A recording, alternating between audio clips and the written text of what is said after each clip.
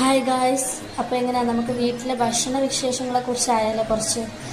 എൻ്റെ പോരാളിയുടെ ഭക്ഷണത്തെക്കുറിച്ചാണ് നമ്മളുടെ വ്ളോഗ് ഇന്നത്തത്. അപ്പോൾ നമുക്ക് ആദ്യം തന്നെ ഒരു ചോറിൽ നിന്ന് തുടങ്ങാം.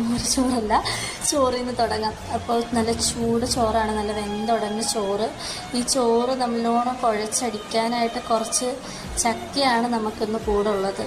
കുറച്ച് ചക്കയെന്ന് പറയുമ്പോൾ കുറച്ചധികം ചക്കയുണ്ട്. കാരണം ഞാൻ ട്രെയിൻ കയറുമ്പോൾ തൊട്ട് വീട്ടിൽ പറഞ്ഞതാണ് എനിക്ക് ചക്ക വേണം. കാരണം തിരിച്ച് ചെന്നാൽ തമിഴ്നാട്ടിൽ നമ്മുടെ നാട്ടിൽ കണക്ക് കിട്ടുന്നതൊക്കെ ചക്കയില്ല.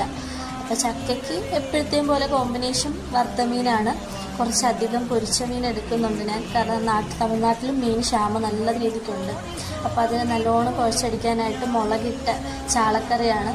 ചാളക്കറിയുടെ ചാറ് കൂടുതൽ എടുക്കുന്നില്ല. കാരണം ഞാൻ എടുക്കുന്നത് കണ്ടില്ലേ, ഇത് കാണാൻ തന്നെ എന്താ ഭംഗി. എഡിറ്റ് ചെയ്യുന്ന സമയത്ത് എൻ്റെ വയലിൽ കപ്പലോടുമായിരുന്നു.